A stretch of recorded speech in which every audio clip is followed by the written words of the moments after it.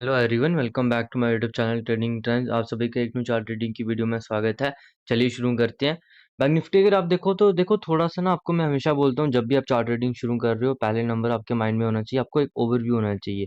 One day time frame का chart आपको समझना पड़ेगा। एक ओवरव्यू तभी मिलेगा जब आप वन डे टाइम फ्रेम या वन वीक टाइम फ्रेम का चार्ट लगाओगे और वहां पर चीजों को समझोगे, वहां पर कैंडल किस तरीके से बन रही है, मार्केट कौन से लेवल पे, इंपॉर्टेंट लेवल कौन सा है।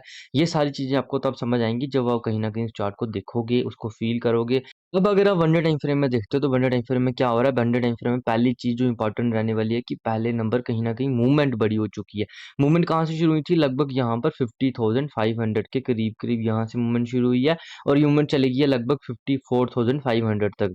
तो लगभग अगर आप देखो तो लगभग 5,000 पॉइंट, मतलब 4,000 प्लस पॉइंट या 5,000 पॉइंट भी बोल सकते हो, लगभग 5,000 के पास-पास। तो इतनी बड़ी मूवमेंट हो चुकी है। आप देखो इतनी बड़ी मूवमेंट, और ये हुई कैसे है? वन वे मूवमेंट हुई।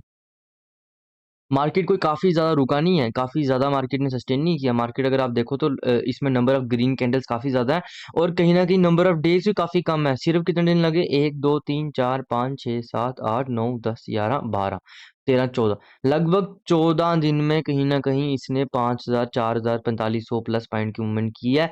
अगर आप देखो मैक्सिमम टाइम, देखो पीछे ऐसा हो रहा है क्या? मैक्सिमम टाइम अगर आप देखो क्या होता है? जैसे यहाँ से मूवमेंट आई 1, 2, 3, 4 दिन, 5-6 दिन मूवमेंट आई, उसके बाद मार्केट थोड़ा साइडवेज हो गया। यहाँ देखो 1-2 दिन मूवमेंट आई, मार्केट साइडवेज हो गया। देखो कंटिन्यूअसली मार्केट कभी भी वन वे मूवमेंट बड़ी नहीं करता, वो कभी-कभी कर ले। देखो मार्केट कुछ भी कर सकता है, ये हमें मानना ही पड़ेगा। देखो मार्केट में आपको देखो हर टाइप की कैंडल मिलेगी, एक बहुत बड़ी कैंडल देखने को मिलेगी, छोटी-छोटी कैंडल्स देखने को मिलेगी। मार्केट पैटर्न फॉलो करता हुआ आपको दिखेगा, कभी-कभी मार्केट उस पैटर्न से बाहर निकल जाएगा। मार्केट अपने अकॉर्डिंग कैसे भी ट्रेड कर सकता है। मार्केट हायर एंड के बाद इसने इतना सस्टेन किया पर ब्रेकआउट नहीं कर पाया, ब्रेक डाउन कर दिया, फिर मार्केट एक चैनल के बीच चला गया। तो मार्केट कुछ भी करेगा, आपको मार्केट के हिसाब से ही चीजें करनी है।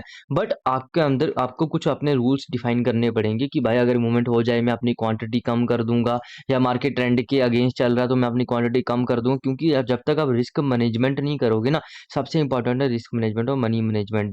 दोनों चीजें एक ही तरीके की हैं। आपको थोड़ा सा बस एक कंसेप्ट एक समझना पड़ेगा कि आपको कितनी क्वांटिटी या कितने शेयर्स आपने ट्रेड करने हैं। देखो सबसे ज्यादा मैटर भी यही करता है। चाहे आप जितने मर्जी बड़े ट्रेडर बन जाओ, अगर आपने ये कहीं एक्सपेक्ट कर लिया कि भाई ये तो जो मार्केट में उसी तरीके से चलता है जैसे मैं सोचता हूँ, तो आपने अगर बड़ी क्वांटिटी ट्रेड कर दी और उस दिन आपको लॉस हो गया तो आपकी पूरी कैपिटल ही वाइप आउट हो सकती है, आपका पूरा माइंडसेट भी खराब हो सकता है, उससे आपको निकलने में काफ़ी ज़्यादा टाइम लग सकता है। तो ये चीज़ आपको समझनी पड़ेगी, कहीं न कहीं आपको इस तरीके से एक्ट करना है, कहाँ पर कितनी क्वांटिटी ट्रेड करनी है, कितने शेयर्स ले सकते हो आप। कहीं न अगर आप स्टॉक्स ट्रेड कर रहे हो तो कितने शेयर्स लेने चाहिए, जब आप कहीं न कहीं अगर आप बैंक निफ्टी ट्रेड कर रहे हो तो कितने लॉट्स या कितनी क्वांटिटी आपको लेनी चाहिए।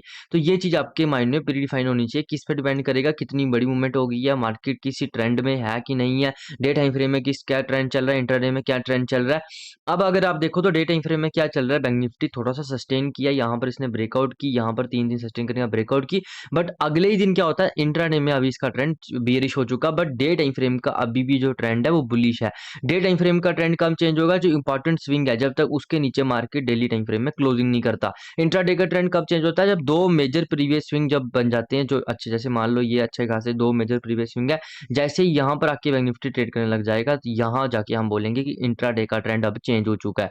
देखो यहाँ पर ये एक चीज़ मैं आपको थोड़ा बताता हूँ, मार्केट परफेक्ट नहीं होता। कई बार ना थोड़ा आपको आपको थोड़ा-सा अपना जो एक्सपीरियंस होता है उसके अकॉर्डिंग भी सोचना पड़ता है, थोड़ा सब्जेक्टिव डिसीजन लेना पड़ता है। मार्केट के अकॉर्डिंग डिसीजन लेना पड़ता है, जो मार्केट में उस टाइम कंडीशंस बन रही है उसके अकॉर्डिंग डिसीजन लेना पड़ता है। बट अगर आप एज़ अ रूल्स की तरफ से देखो तो आप ये रूल एक अपने माइंड में डाल सकते हो कि 2 मेजर प्रीवियस स्विंग जब तक ब्रेक नहीं करते, मैं इंट्राडे का ट्रेंड बेयरिश नहीं मानूँगा, और डेली टाइम फ्रेम का रहेगा कि इंपॉर्टेंट जो स्विंग है जब तक उसके नीचे मार्केट आगे ट्रेड नहीं करता। देखो तब भी मैं इसको बेयरिश कंसीडर नहीं करूँगा। स्लाइड बेयरिश कंसीडर कर सकता हूँ, टोटली बेयरिश कंसीडर मैं तब करूँगा जब बैंक निफ्टी कहीं न कहीं डेली टाइम फ्रेम में 52,500 के नीचे आके यहाँ पर आके सस्टेन करेगा। जब पूरा एक प्राइस एक्शन इस तरीके से बनाए कि भाई प्रीवियस जो हाई है उसको ब्रेक नहीं कर पा रहा मार्केट, प्रीवियस स्विंग को ब्रेक नहीं कर पा रहा, और जो लो बना रहा है पीछे उनको ब्रेक कर रहा है, और मार्केट कंटिन्यूअसली इसी डायरेक्शन में नीचे जा रहा है। तब जाके मैं इसको कहीं न कहीं डेली टाइम फ्रेम में इसका ट्रेंड टोटल मानूँगा कि अब ये टोटली बेयरिश हो चुका है। बट इंपॉर्टेंट क्या रहने वाला है? देखो मूवमेंट बड़ी हो चुकी है, तो मैंने आपको बताया था 2 चीज़ें हमें कंसिडरेशन में लेनी पड़ेंगी। या तो मार्केट यहीं बहुत बड़ी रेंज बना ले, उसके बाद ब्रेकआउट करे, या मार्केट एक पुल बैक ले ले। देखो जो आइडियल कंडीशन रहती है ना, जो मतलब बेस्ट कंडीशन रहती है कि मार्केट एक पुल बैक ले ले। पुल बैक से होता क्या है? जब मार्केट पुल बैक लेगा, काफ़ी ज़्यादा लोगों को प्राइस अब सस्ती मिलने शुरू होगी, काफ़ी ज़्यादा लोग जिन्होंने इस रैली को मिस कर दिया था, वो वहाँ पर आके एंट्री कर सकते हैं, या पुल बैक के बाद यहाँ पर ऐसे मार्केट सस्टेन करे और यहाँ से जहाँ पर ब्रेकआउट करेगा, फिर से आपको दिख सकता है कि मार्केट फिर से ऑल टाइम हाई क्रॉस करते हुए आने वाले टाइम पे दिख सकता है। बट क्या रहता है कि अगर ट्रेंड कंटिन्यू रहेगा वन वे डायरेक्शन में, तो कहीं न कहीं हमें क्वांटिटी को ट्रेड करते काफ़ी दिक्कत होगी, क्योंकि बड़ी क्वांटिटी आप ट्रेड नहीं कर पाओगे। एक तो प्रीमियम भी नहीं बढ़ेंगे, क्योंकि बायर्स जो थे, देखो बड़ा पैसा नीचे लग चुका है। जो बड़ा पैसा होता है वो नीचे लग चुका होता है। अब ये जो है छोटा-छोटा पैसा लगा, रिटेलर आके सोच रहे हैं मार्केट ऑल टाइम में चला गया, यहाँ पर मैं एंट्री ले लेता हूँ और उसको होल्ड करके रखता हूँ।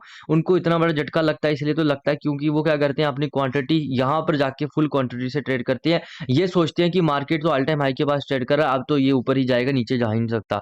यही तो आप गलत डिसीजन ले लेते हो। जब मार्केट ने बड़ी मूवमेंट कर दी है, मूवमेंट हो चुकी है, उसके बाद कहीं न कहीं आपको थोड़ा-सा साइलेंट रहना है। आपकी क्वांटिटी कम हो जानी चाहिए, ऑटोमैटिक कम होनी चाहिए। अगर आप बिगिनर हो तो आप तो 1 लॉट से ऊपर जाना ही नहीं चाहिए। देखो, एक मैक्सिमम 2 लॉट मैं बोल रहा हूँ। बिगिनर जिन्होंने कभी कम से कम 1 साल प्रैक्टिस नहीं की है बैंक निफ्टी में, चाहे आपने स्टॉक्स में प्रैक्टिस की है, तब भी अगर आप बैंक निफ्टी में ऑप्शंस में अगर आप घुस रहे हो, चाहे आप बैंक निफ्टी करो, निफ्टी 50 करो, पहले नंबर तो आपको एक ही इंडेक्स में ट्रेड करना है। ये चीज़ आपके माइंड में पूरी हमेशा 24 घंटे क्लियर होनी चाहिए, और स्टॉक्स कर रहे हो तो मैक्सिमम 3 से 4।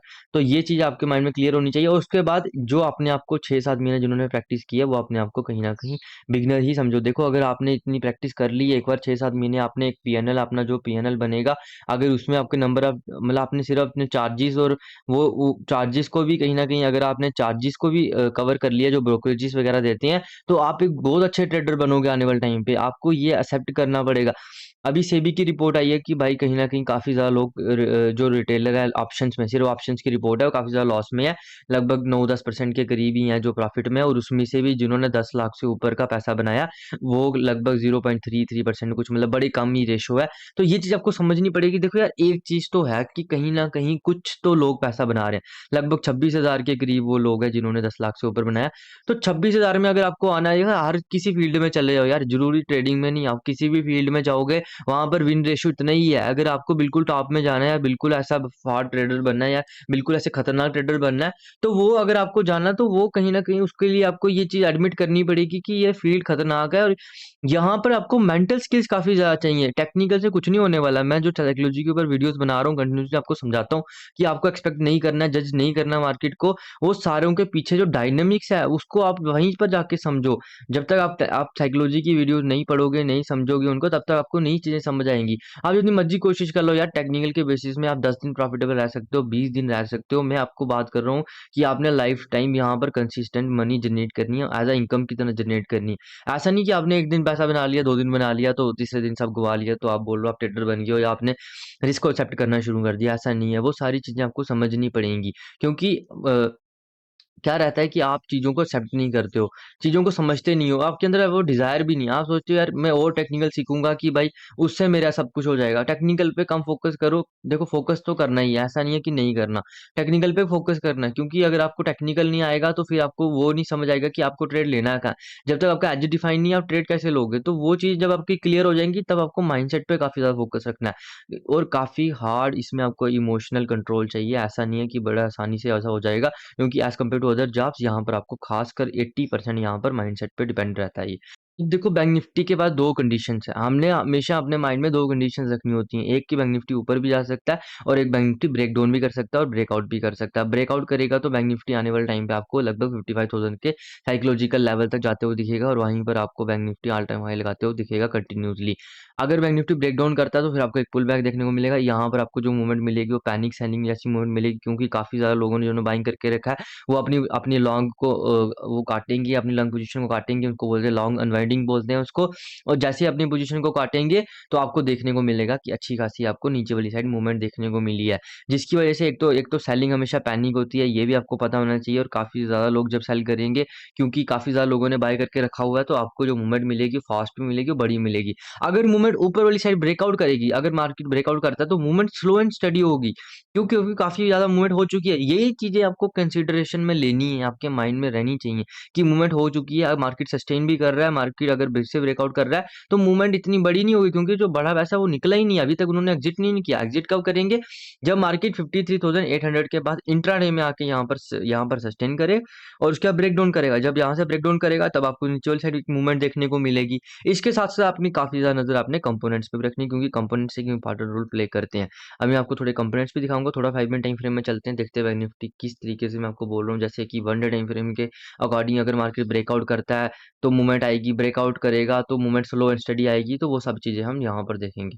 देखो 5 मिनट टाइम फ्रेम में पहले आपको थोड़ा सा बिगर पिक्चर आपको दिखाता हूँ। इसमें बड़ी पिक्चर यही है कि एज ए इम्पॉर्टेंट यहाँ पर ये जो लेवल है, ये जो लेवल एज ए इम्पॉर्टेंट यहाँ पर सपोर्ट की तरह काम कर रहा है। इसको हम एज ए जोन ही बोल सकते हैं।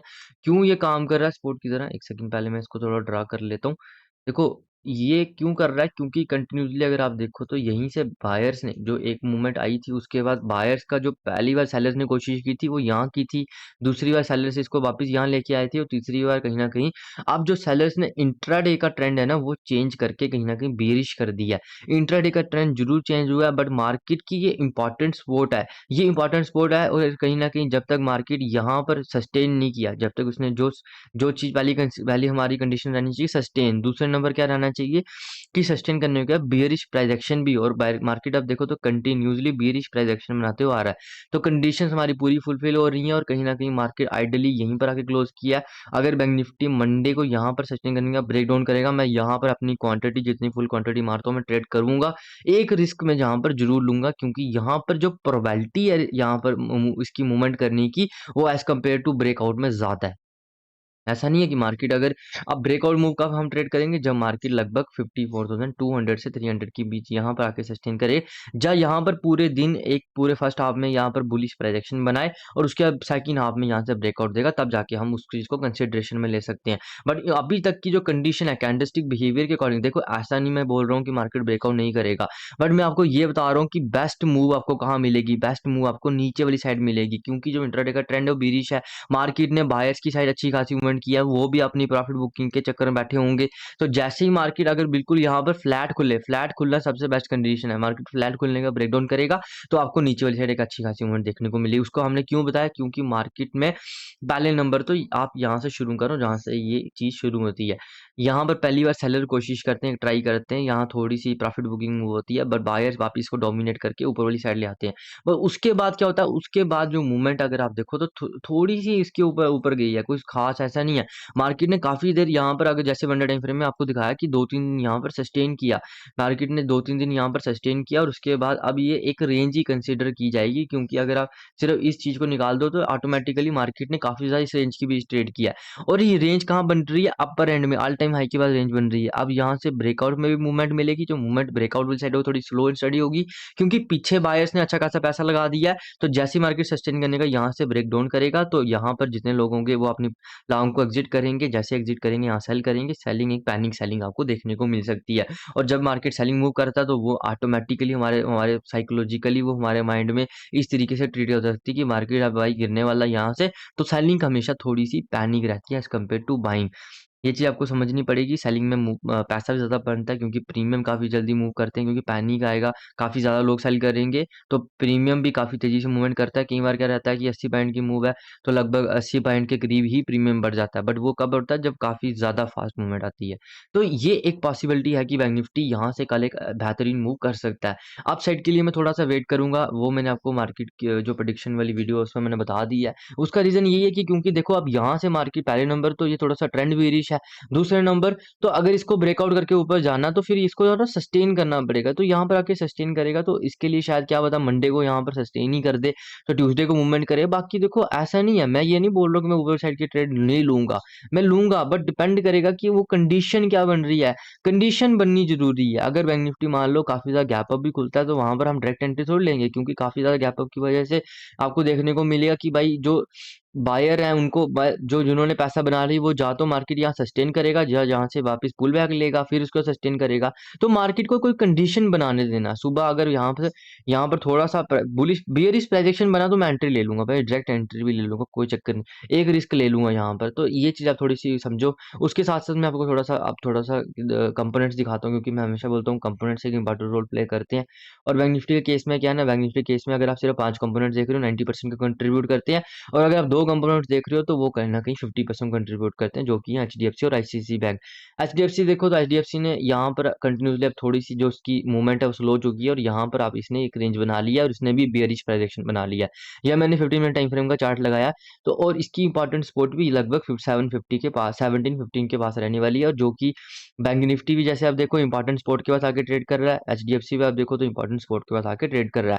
यहीं पर अगर एचडीएफसी बैंक निफ्टी को बोलने की आदत हो गई है, एचडीएफसी यहीं पर अगर आप रेंज बना के मंडे को ब्रेक डाउन करेगा तो बैंक निफ्टी को सपोर्ट करेगा और यहाँ से ये बीरिश मूवमेंट कर सकता है। ऊपर वाली साइड के लिए इसको वापिस यहाँ से लड़ना पड़ेगा थोड़ा बहुत, क्योंकि यहाँ पर जो ट्रेंड है थोड़ा सा बीरिश हुआ है, तो ये थोड़ी सी इसको फाइट करनी पड़ेगी, उसी चक्कर में इसको होल्ड करना पड़ेगा, तभी ऊपर वाली साइड की जो मूवमेंट है हम थोड़ी इसको बाद में ट्रेड करेंगे। आईसीआईसी ने मेरे को लग रहा था कि एक बार यहाँ से जैसे सस्टेन करा ब्रेकआउट करता तो मूवमेंट आ सकती थी, बट ब्रेकआउट नहीं करता। जो इंपॉर्टेंट सपोर्ट थी वहां पर सस्टेन करने के बाद नीचे वाली साइड आके वहां पर इंपॉर्टेंट सपोर्ट के पास आके क्लोज कर गया।